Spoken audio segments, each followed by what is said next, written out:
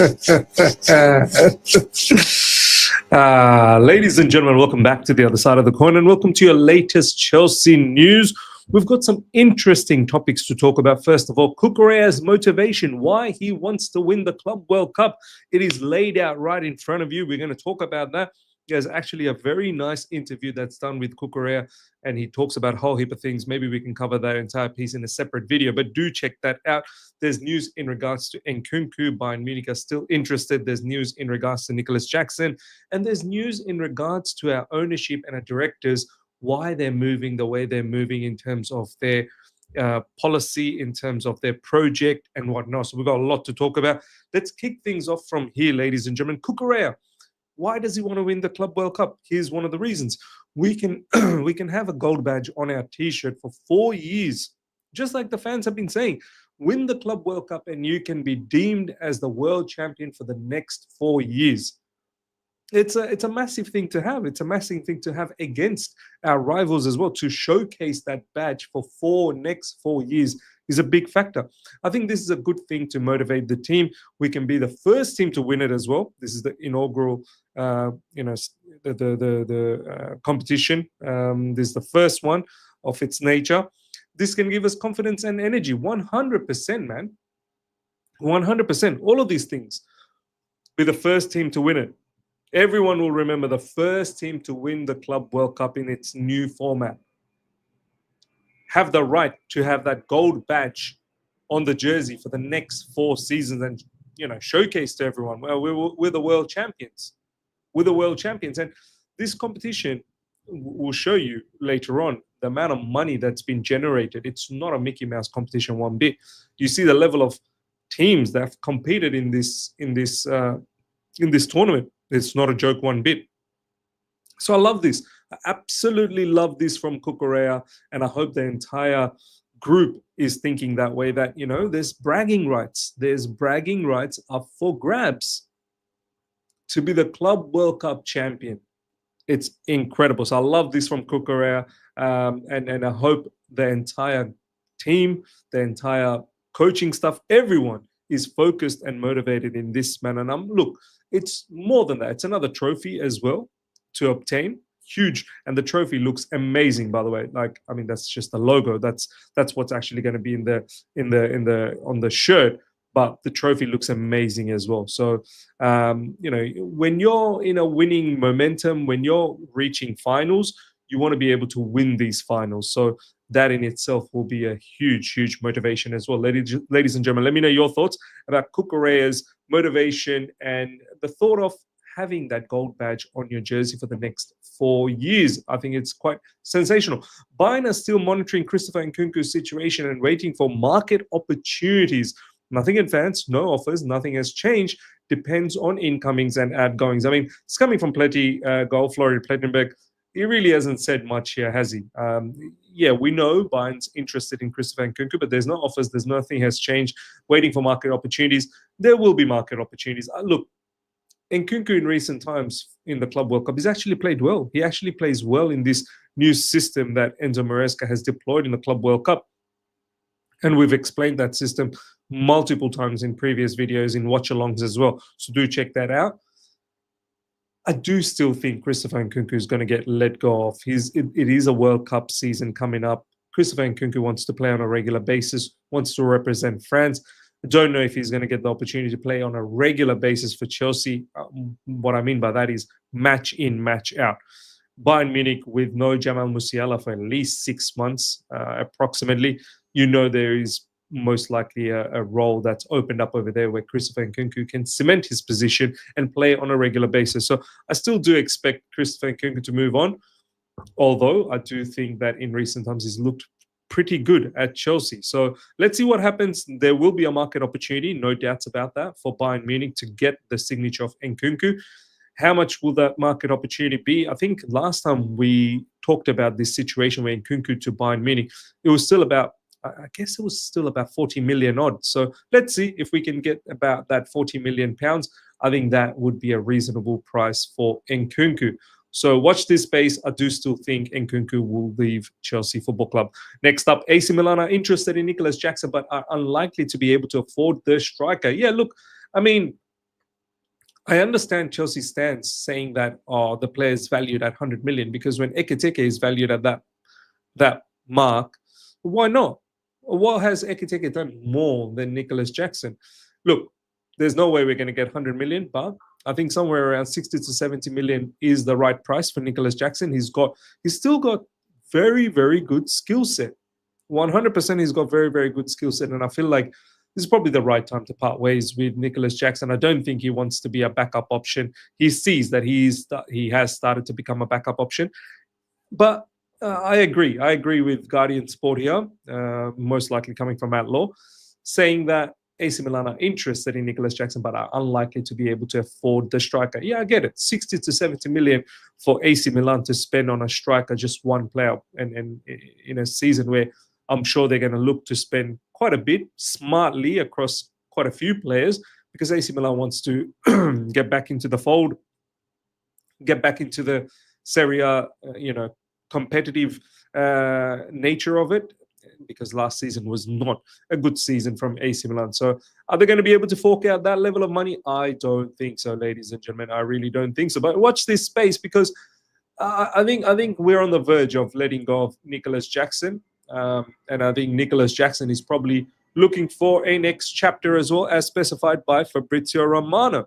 Next up, ladies and gentlemen, a source suggests that Chelsea and PSG have given other clubs a model to follow. Aggressive, fresh teams is the observation coming from Guardian Sport, once again from Matt Law. Look, I mean, it is a model, but I don't think anyone's upset with the model right now, because we're making the right moves. This is why I see a lot of people, comment in my tweets or in my videos saying, "Oh, stay on the other side." What other side?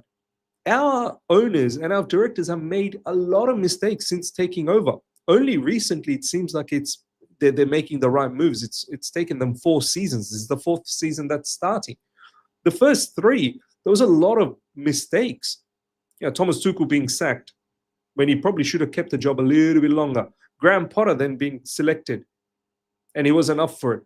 We absolutely influxed the team with 40 plus players under Graham Potter. That was not the right thing to do. Some players didn't even have a locker room. Then we brought in Frank Lampard as an interim. Not the right move. We got disintegrated during that phase. Then next season we brought in Pochettino.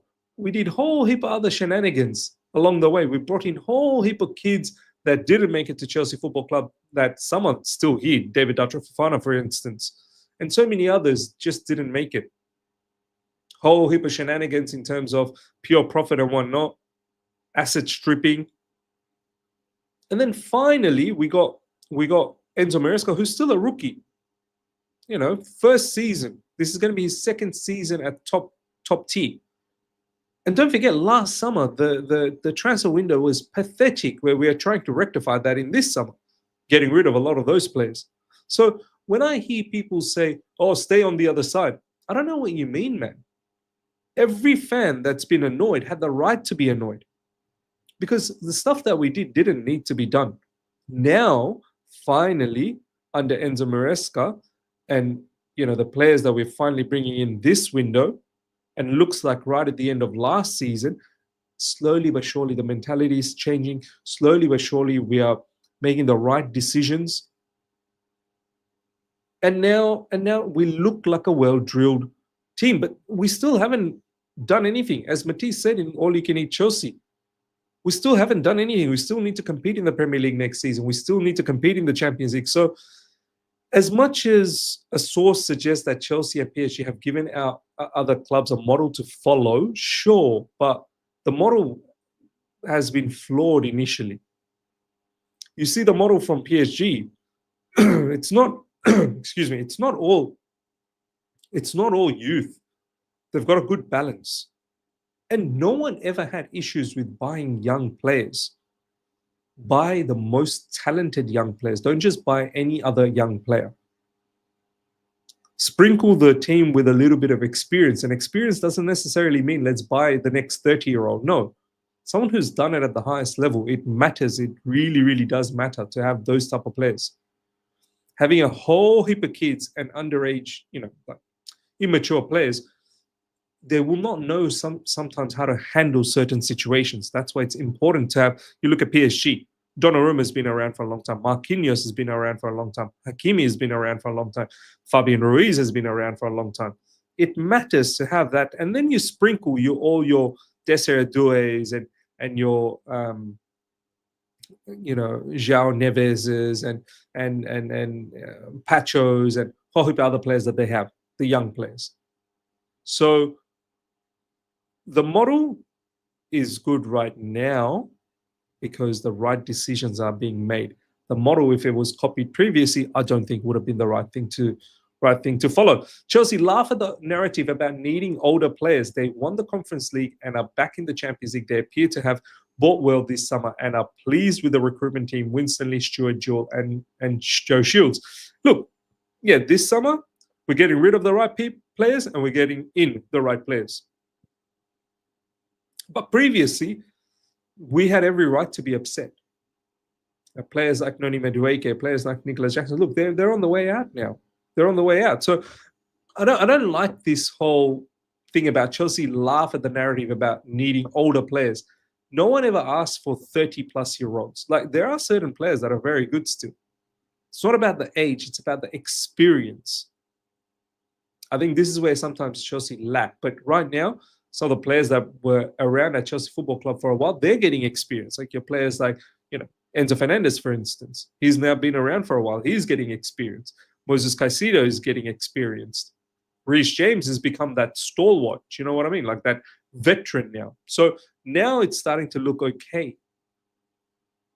But there was a time where too many kids, and it's not always going to work out. So I don't like how Chelsea laugh at the narrative about needing older players. I don't think this is all true either. I mean, we were going for Mike Mignon not that long ago, and he's closer to 30. It's important to have the right level of experience and the right level of players. Next up, ladies and gentlemen, Strasbourg has signed Matias O Giroud from Chelsea on a 5-year contract. Chelsea retains buyback clause. Fantastic. I mean, this is, I guess, the beauty of having that sister club, to be able to buy and sell from that club.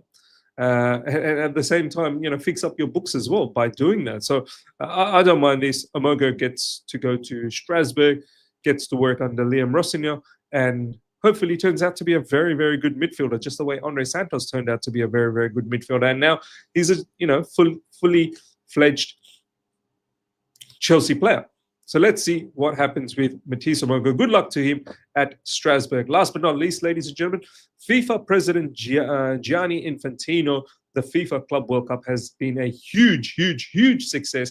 We generated almost 2 billion. It's already the most valuable club cup competition in the world. Chelsea versus PSG is a fantastic final. I mean, sensational.